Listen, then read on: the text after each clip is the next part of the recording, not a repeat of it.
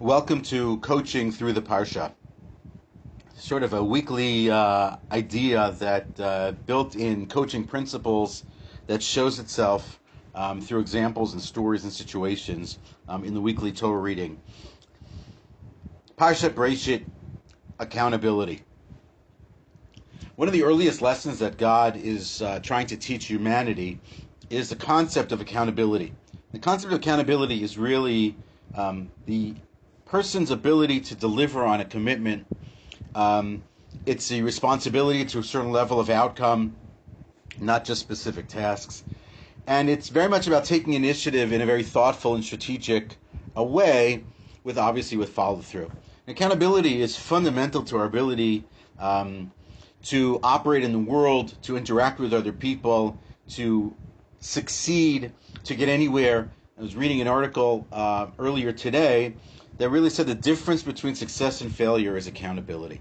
A really fundamental principle in any enterprise, in any business, any partnership, relationship, whatever that is, any hierarchical structure that might exist, there is a very important accountability factor that's there. Accountability is often referred to as responsibility, as ownership, and very often it's simply about a person owning the consequences or the results of their actions for good and for bad. And so the Bible teaches us an early lesson in this matter with the story of Adam and Eve and eating of the fruit of the tree. Until that point, things seem to be going very well. And at that point, when that happens, it all breaks loose at that moment. Eve eats from the tree. She gives to Adam. Adam eats from the tree. They have an immediate sort of realization, an epiphany that something is wrong, that they had made a mistake, that they had done something incorrectly and improperly, and they go and hide. Which leads us to find a very interesting moment. They are hiding, and God is walking through the garden looking for them, as it's written. When God finds them, God asks them, where are you? And they said they're hiding, and God asks them, have you done something wrong? Have you eaten from the tree that I have told you not to eat from? In that moment, there is a pause, if you will, in the text. It's not one that's obvious. It is the end of a verse and the beginning of the next verse. But in that moment, there is a pause. There is an opportunity for Adam to answer in any manner of ways. How does he want to respond to God's question? What does he want to say? What are the ramifications of his answer, one way or the other, and its impact and its consequence going forward? Adam chooses to blame Eve, who then chooses to blame the snake. Then the consequences that follow, which ultimately lead to them being expelled from the garden. Adam has a choice to make in that moment when God asks, did you do that? Adam could have said, I own and I'm responsible and I'm accountable for my actions, and I violated a trust and a commitment that you, God, and I have created, and I'm therefore ready for whatever consequence comes as a result of it. It is my fault. It is my responsibility. That's a heavy load to bear, certainly a heavy burden to bear. And particularly the case is where it wasn't him directly initiating the action. He is a secondary player in that action. He certainly had a choice to choose not to eat, separate conversation. But in that moment, Adam could have held himself accountable for his actions. And as an extension, accountable for the actions of Eve and the snake. And therefore accountable for the breakage in the relationship and the trust between God and himself. Instead, Adam chooses to blame his wife. He blames Eve, and he says, she gave me of the fruit to eat. And then she in turn says, the snake made me do it. And so there, early on in the Bible, there's a very clear sign, story, example of what God wants and what God got.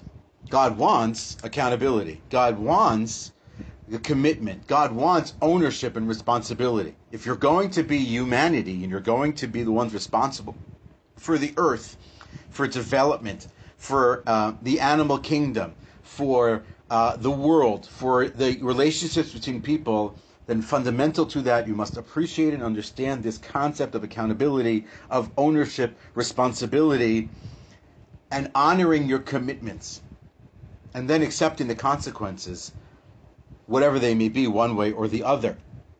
And as a result, Adam makes that mistake there. So he made multiple mistakes. Mistake number one was eating. Mistake number two was not owning the responsibility for it. Maybe things are different if he does, but he doesn't. And therefore the consequences of him then being having to work very hard, having not getting the results necessarily of his work in the future, it seems to be sort of a fitting punishment that the land will not give him what he expects of it. Do not trust the land to give back to you every time what it is that your effort is in giving into it, because in the same way that you violated it, Adam, so to the land itself can be expected on occasion to not give you what it is that you want of it. And so there you have it early on. It does play itself forward in multiple stories and examples throughout the Bible. Immediately thereafter, in the story of Cain and Abel, very clearly at that moment when God asks Cain the same basic question, he basically avoids the answer that is basically saying, I did this. I own it. I'm responsible for it. I made a mistake. Whatever comes after that. And so it's really important that we understand accountability and that we set, sort of atmospheres of accountability and responsibility in the worlds that we live in, the worlds that we work in our homes, in our places of business, in our other relationships. And how do we do that? So I saw a really clear article, a really wonderful article, a clear article was rather the way to say that appeared in the Harvard Business Review about 5 years ago, that listed out what I'll call the 5 clears that help set up accountability and foster accountability in the people around us. Clear number 1 is setting really clear expectations, really understanding what it is that's expected of somebody, what success looks like, what failure looks like, what steps they have to take potentially to get there. The second clear is clear capability. Do they have the capability to do what's expected of them? What skills do they need to succeed?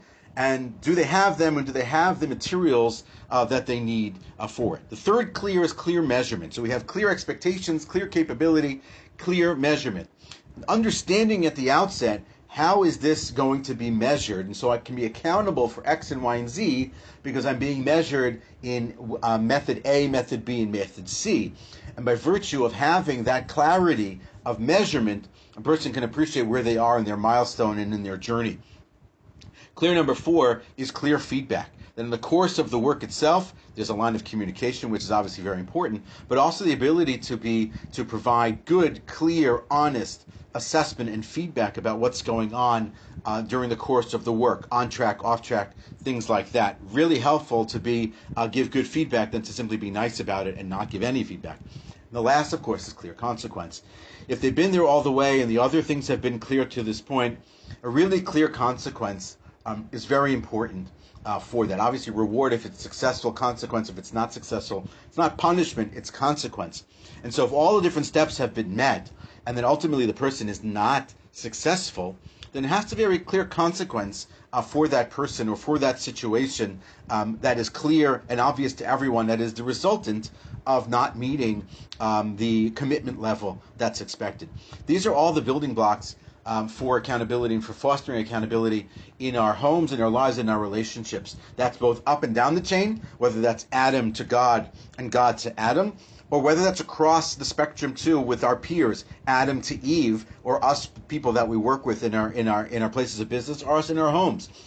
There are levels of accountability that operate in multiple ways, and each one of those is important for us to ultimately be successful. In the same way that Adam missed the mark, and that later on Cain missed the mark, so too it's upon us to really appreciate that sense of accountability and really understand what it is that the Bible is teaching us early on is a really important lesson about being accountable and holding others accountable as well.